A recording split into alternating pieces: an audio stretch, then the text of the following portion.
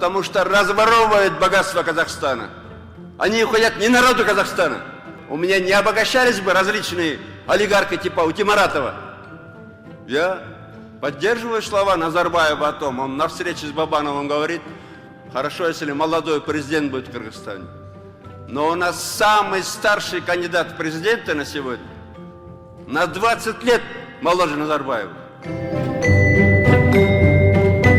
Весной 2014 года по прихоти такого же престарелого президента, но другой соседней страны, всему югу Кыргызстана отключили газ.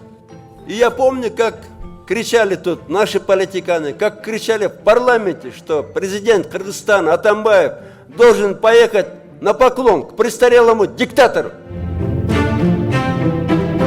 Там он председатель Сената или премьер-министр, кто бы он ни был, они денщики у своего начальника. Если он им скажет, вот как Швей говорит, сожрать ложку кала, я уверен, сожрут. Уверен. Без камеры, но сожрут. Уважаемого имама Али Шариповича Рахмона, его рядом есть люди, которые очень давно работают и совсем, по-моему, в других временах живут. Они его убедили, что вот половину мы подпишем в соответствии с этими законами, а вторую половину по другим. Ну, слушай, ну, это считай, что ты костюм, один рукав с одного материала, а другой с другого. Это несерьезно. Там начали вылазить 26-й, 25-й год.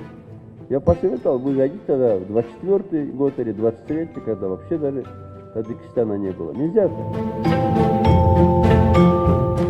Чаушоглу анчалык акылды болсо, биринчи ошол эле Турция болоорунда айтпайбы өзүнүн чоңдоруна, урматтуу Эрдоганга айтпайбы, момдолот деп. Өзү көзүнүн алдындагыны көрбөй бизге бирден үйрөтөт да.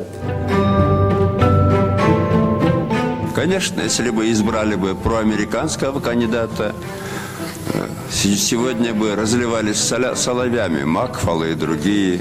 Точно так, как в США. Если бы избрали Клинтона, то Хиллари кричали бы образец демократии. Избрали Трампа, пинают. На самом деле никакой демократии, честности и свободной прессы давно нет в самом США.